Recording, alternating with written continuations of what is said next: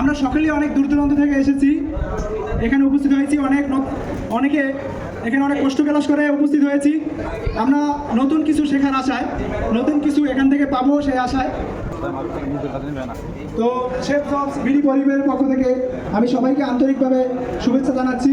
এখানে সবাই উপস্থিত হয়েছেন এবং এই অনুষ্ঠানকে সুন্দরভাবে উপভোগ করার জন্য আপনারা এখানে এসেছেন। আমরা অনেকে মনে করি যে আমি 2 বছর কাজ করছি বা 3 বছর কাজ করছি, আমি তো chef. As a chef, at least chef দাবি করতে হলে শেফের যে ন্যূনতম যে যোগ্যতা বা শেফ হইতে হইলে যে গুণগুলো থাকা দরকার, আমরা অ্যাটলিস্ট সেই গুণগুলো তো একটা লোকের ভিতরে থাকতে হবে। এমনকি একটা রেস্টুরেন্ট পরিচালনা করার মতো ক্ষমতা থাকতে হবে। প্লাস হচ্ছে একজন শেফ তার খাবার দিয়ে মানুষকে আকৃষ্ট করে, তার খাবার খাইয়ে মানুষকে আকৃষ্ট করে। আর সেই খাবারটা যদি হয় একজন সফল শেফ রান্না করে, তাহলে সেই মানুষটা খেয়ে তৃপ্তি পায়। এখন আমার কথা হচ্ছে যে আপনারা একজন শেফ দাবি করবেন, এমনকি শেফ হবেন, অবশ্যই শেফ হইতে হইলে যে বেসিকটা জানা দরকার, এমনকি আপনাদের যে স্কিল থাকা দরকার, সেই স্কিলগুলো অবশ্যই ডেভেলপ করবেন। এমনকি আপনি যদি একজন ভালো শেফ হন, আপনি যখন একটা খাবার রান্না করে মানুষকে খাওয়াবেন, একটা রেস্টুরেন্টে অ্যাজ এ শেফ হিসেবে দায়িত্ব পালন করবেন, যখন খাবারগুলো মানুষকে খাওয়াবেন, মানুষ যখন খাবার খেয়ে তৃপ্তি পাবে, তখন আপনার নিজের কাছেও ভালো লাগবে। সবাই যখন খাবার খেয়ে প্রশংসা করে, এমনকি খাবার খেয়ে বলে যে না এই খাবারটা ভালো হয়েছে, তখন শেফের কাছে এটা সবচেয়ে বড় একটা পাওয়া, ঠিকই না? এটা একজন শেফ চায় যে আমি একটা খাবার রান্না করি, সেই খাবারটা খেয়ে মানুষ বলুক যে সেই খাবারটা ভালো হয়েছে, এটা সবাই চায়। আর একজন শেফের ভালো খাবারের কারণেই দূর দূরান্ত থেকে কাস্টমার রেস্টুরেন্টে খেতে আসে। একজন ভালো শেফের খাবারের কারণে আপনি ভালো সার্ভিস দিলেন, আপনি ভালো ফুড দিলেন না, কোয়ালিটিফুল ফুড দিলেন না, সেক্ষেত্রে আপনার রেস্টুরেন্টে কিন্তু কেউ খেতে আসবে না দূর দূরান্ত থেকে। তো এই বিষয়টা খেয়াল রাখতে হবে। আমরা যারা ভালো শেফ হইতে চাই, ভালো শেফ হইতে গেলে অবশ্যই অনেকগুলো গুণ থাকা দরকার। একটা শেফের ভিতরে অনেকগুলো গুণ থাকা দরকার। ভালো শেফ হইতে হইলে আপনার ভিতরে থাকতে হবে সৃজনশীলতা, তারপরে থাকতে হবে খাদ্য এবং পুষ্টি মান বজায় রাখা।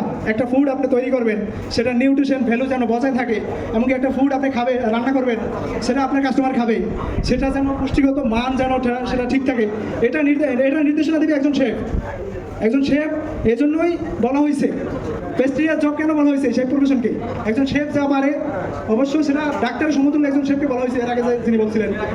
তো মেনু প্ল্যানিং করা, একজন শেফ সে মেনু প্ল্যানিং করবে, এটা আপনাকে ভালোভাবে বুঝতে হবে। একটা মেনু রেস্টুরেন্টকে লাভজনক প্রতিষ্ঠানে পরিণত করতে পারে। একটা প্রতিষ্ঠানকে একটা মেনু অনেক দূর এগিয়ে নিয়ে যেতে পারে। সেটা আপনারা যদি একটা ভালো মেনু তৈরি করতে পারেন, একটা রেস্টুরেন্টকে একটা ভালো মেনু উপহার দিতে পারেন, সেটার কারণে আপনি বিজনেসটা গ্রো করতে পারবেন। একটা রেস্টুরেন্টকে ডেভেলপ করা মানে আপনি নিজেও ডেভেলপ হইতেছেন, শুধু রেস্টুরেন্টকে না। তো এরপরে হচ্ছে মনের ইচ্ছা থাকতে হবে। আপনি যদি একজন ভালো শেফ হইতে চান, আপনাকে অবশ্যই আপনার মনের প্যাশন থাকতে হবে যে আমি একজন শেফ হইতে চাই। দেন আপনার একটা লক্ষ্য ঠিক রাখতে হবে, লক্ষ্য টার্গেট ফিক্স করতে হবে, তারপরে আপনি কাজ শুরু করবেন। কার টার্গেট ছাড়া তো কাজ করে পাগলে, যেমন রাস্তার হেমাতায় দৌড়ায়। এটার কারণ হচ্ছে সে জানে না যে সে কোথায় যাবে। একজন শেফের তো টার্গেট থাকা দরকার। এই জন্য আমি আপনাদের সবাইকে রিকোয়েস্ট করবো, আপনারা সবাই ভালো শেফ হওয়ার জন্য যারা লড়াই করতেছেন, দীর্ঘ প্রচেষ্টায় একটা লং প্রসেসে আগাইতেছেন যারা শেফ হওয়ার জন্য, অবশ্যই আপনারা এই বিষয়গুলো একটু খেয়াল রাখবেন। এমনকি লিডারশিপ কম্পিটিশন থাকতে হবে আপনাদের ভিতরে, প্রোডাক্টের উপর নলেজ থাকতে হবে। আপনারা যে প্রোডাক্টটা দিয়ে একটা ফুড তৈরি করবেন, সেই প্রোডাক্টের উপরে আপনার প্রপারলি নলেজ থাকতে হবে। সেটা অবশ্যই আপনার নলেজ পুরোপুরিভাবে না থাকলে আপনি সেই প্রোডাক্টটা দিয়ে ভালো একটা ফুড তৈরি করতে পারবেন না। তো নতুনদের উদ্দেশ্যে বলতে চাই, যারা এই প্রফেশনে আসতে চান তাদেরকে ওয়েলকাম। ভালো রাঁধুনি বা রন্ধনশিল্পী বা শেফ হওয়ার জন্য আপনাকে কিছু টেকনিক জানা দরকার। আপনি একজন ভালো শেফ হইতে হলে অবশ্যই কিছু টিপস অ্যান্ড টেকনিক জানা দরকার। এই টেকনিকগুলো খাটিয়ে আপনি একজন ভালো শেফ হইতে পারবেন। সেক্ষেত্রে আপনারা যারা শেফ হতে চান, অবশ্যই আপনাদের 1 বছরের কুলিনারি আর্টসের একটা ডিপ্লোমা কোর্স কমপ্লিট করতে হবে।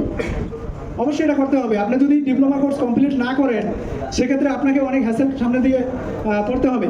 যে আপনারা ভালো শেফ হইতে হলে যেই বিষয়গুলো দরকার, হ্যাজার্ড হাইজিন, এমনকি আরও বিভিন্ন আছে, যেমন কাটিং স্কিলস, ফুড সেফটি, এই সমস্ত যে বিষয়গুলো আছে, কুলিনারি আর্টসের উপরে যে পড়াশোনা আছে, এটা একজন ভালো শেফ হইতে হলে অবশ্যই আপনাকে করতে হবে। এটা একটা লং প্রসেসের কাজ। আপনি মনে করলেন যে আমি 6 মাস 2 মাস কাজ করলাম বা ট্রেনিং করলাম, আমি শেফ হয়ে গেছি, বিষয়টা কিন্তু এরকম না। ঠিক আছে, অনেক লং টাইম ধরে একজন শেফ হয়েছে, যেমন এখানে অনেক সিনিয়র শেফ আছে, তাদের কাছে জিজ্ঞেস করে শুনতে পারবেন যে তারা কত বছর এই প্রফেশনে সময় দিচ্ছে। প্রত্যেকটা বিষয়ের উপরে আপনাদেরকে গুরুত্ব সহকারে এই বিষয়গুলো খেয়াল রাখতে হবে।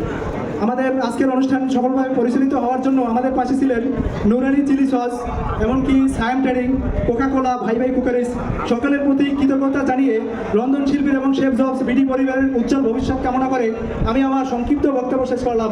আসসালামু আলাইকুম।